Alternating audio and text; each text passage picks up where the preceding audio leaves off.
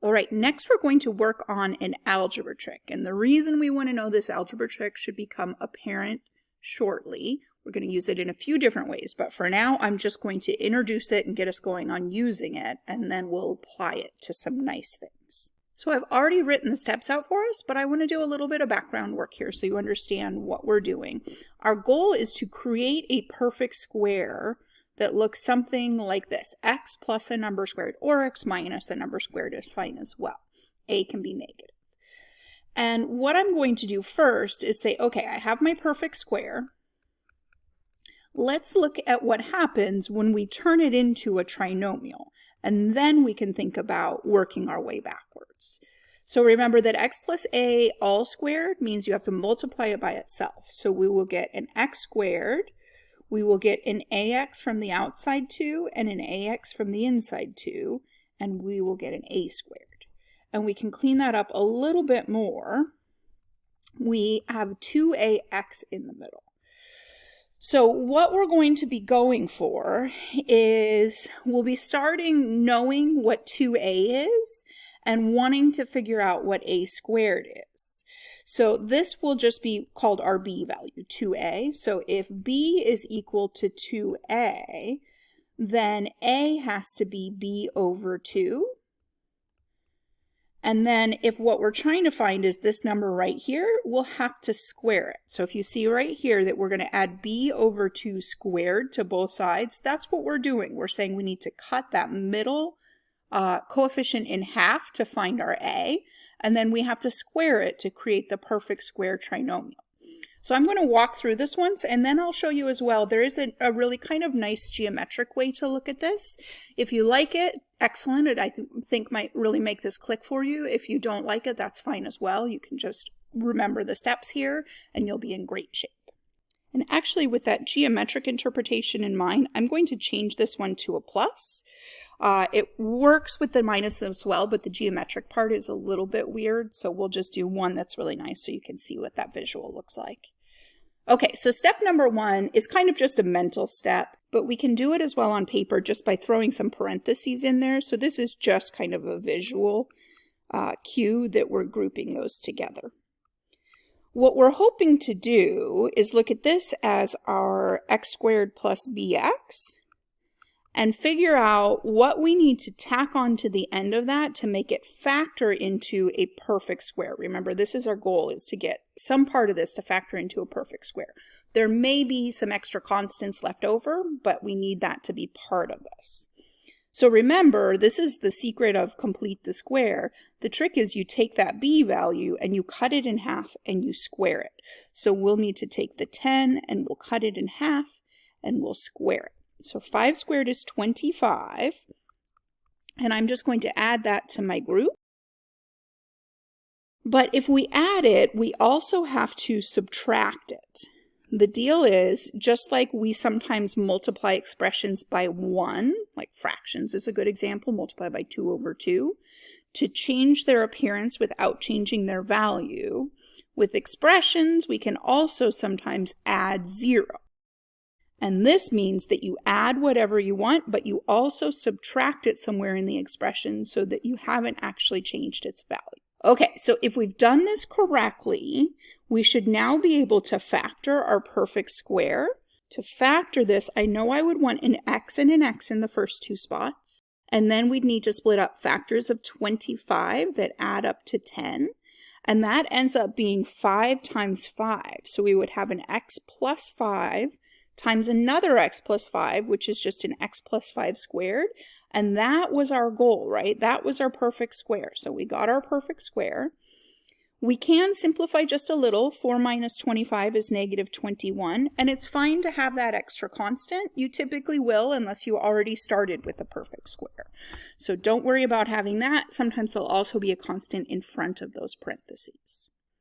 Okay, so now I want to just give you a little bit of a view into why it's called complete the square. Like, why is this square word in there at all? How is geometry connected to this? So the idea is, if we look back at what we started with, just the x squared plus 10x part, we already had a perfect square in there. Here, I'm going to switch colors.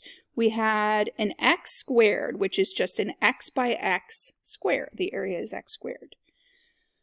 We then have to stick 10 x's onto that. So the way we'll picture this is an x. We already know that this is x tall, so we'll call that 1 wide. And we have 10 of those that we have to stick on here, and we want to do it in a way that maintains a perfect square shape. So what we do is we split them evenly. We stick 5 on the bottom and we stick 5 on the side. Let's see if I can make 5 out of that. Okay, so this is 5x by 5x. And then what we need to do is figure out what is missing down in this bottom corner right here. So this is what we're trying to fill in. So you can try and start incorporating the 4 now, or you can just say, okay, well, that ends up being 5 by 5. So this missing area is 25. I already had 4, so I need to add in 25 more, and that's where this 25 came from. Again, to keep that balanced, you're also going to need to subtract the 25, or you can look at this as you already filled in 4 of those squares, so there should be 21 of those little 1 by 1 squares missing. So we want to say we have the perfect square minus those 21 little squares that we would need to complete it. So this is kind of a nice way to think about it if you're more of a geometric person. If not, also totally fine, but you can think of it that way. Okay, let's go ahead and try the x squared plus 5x minus 3. This one again is kind of already nicely set up, so if you want to pause and try this on your own, I think that would be great. Here, we've already got the 2 grouped together. We've already got a leading coefficient of 1, so we can go straight to completing the square, figuring out what we need to add.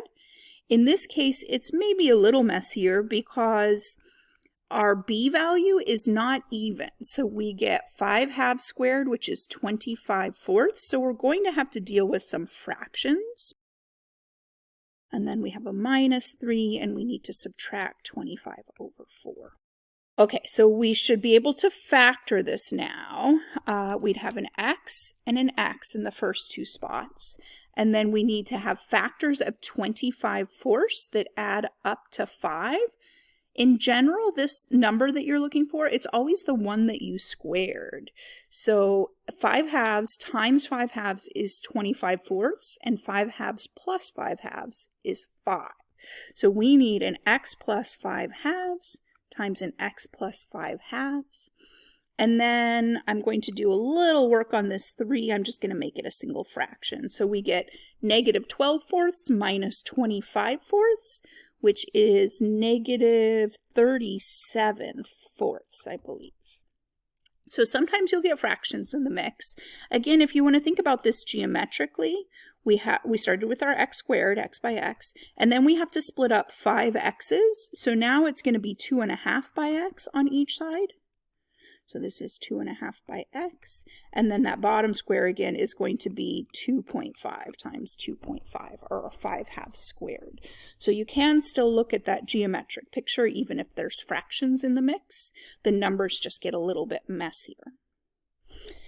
Okay, next we need to look at one where the leading coefficient is not 1. So we have the x squared and the x again in order. If they're ever not in order, rearrange. I don't think I made any of mine not in order, but that's a real quick, easy step. In this one, we can't do the geometric thing that we're trying to do with a negative 2 in front of the x squared. So what we do is we just factor that out, and we're left with x squared plus 4x. We don't want to factor the x out, because that will mess with our complete the square trick. We just want to factor that coefficient out. So now the complete the square part is happening entirely in these parentheses. I would like to figure out what I add to x squared plus 4x to make it a perfect square. So that's going to be 4 over 2 squared. And again, if you're thinking about the picture, we this time have x by x, and we have 2 by x. So we have a little 2 by 2 square left over, and that's exactly what we're getting when we take the 4 and cut it in half and square it. So we're getting 4 back. We actually need to add 4 onto this. And then we need to subtract it off as well, but you have to be extra careful here. We didn't actually add 4. What we really did was subtract 8. If you distribute that back through, you'd have a negative 2x squared minus 8x minus 8, and that minus 8 is brand new. So what we have to add on is 2 times 4.